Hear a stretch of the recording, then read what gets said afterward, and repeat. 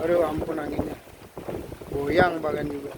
Ini kalau nggak biasa, aduh pulang ini hawanya ini begini. Parah. Ya mudah-mudahan sih nggak ada apa-apa.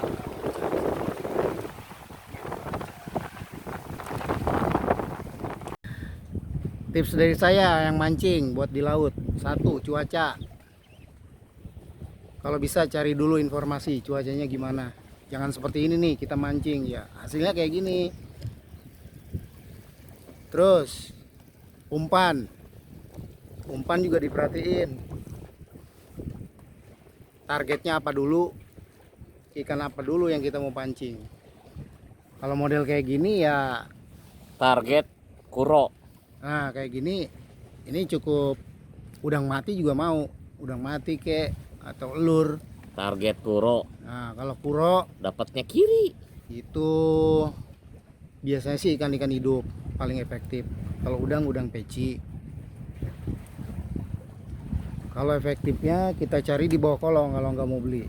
Di kolong bagan nih biasanya kalau lagi bagus ya, itu ada kerong-kerong, nah itu bisa dipakai. Selar. Selar, banyak. Bu. Kembung juga itu pakai kotrek. Kacangan. Kacang-kacang kalau malam ngobor. Itu tipsnya salah satunya. Terus bawa pelampung. Pelampung ikan. Pelampung ikan, iya pelampung. Terus starlight buat malam. Terus jangan lupa berdoa. Gitu. Salah satunya itu. Ya. Bawa Mudah-mudahan. bantal. Kalau ikan nggak makan, bobo. Ya, kalau nggak makan tidur aja. Tips selanjutnya nih, bawa apa nih bang? Kotrek ya? Buat mereka. Kotrekan. Ini bikinnya dari kondom ya. Nah, ini bikin dari kondom. Filenya juga kecil, buat nyari umpan juga. Targetnya selar, kembung, comok. Terus kadang juga ekor kuning makan. Jangan lupa bawa ini kalau ke bagan-bagan.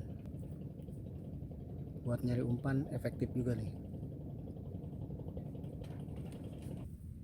Selanjutnya tambang nih. Ini buat ngikat pancingan ke bambu. Takutnya apa? Kalau kita lagi nggak kontrol, ikan makan langsung nyemplung tuh. Kalau kayak Shimano Daiwa nangis kita. Ini jangan lupa ya.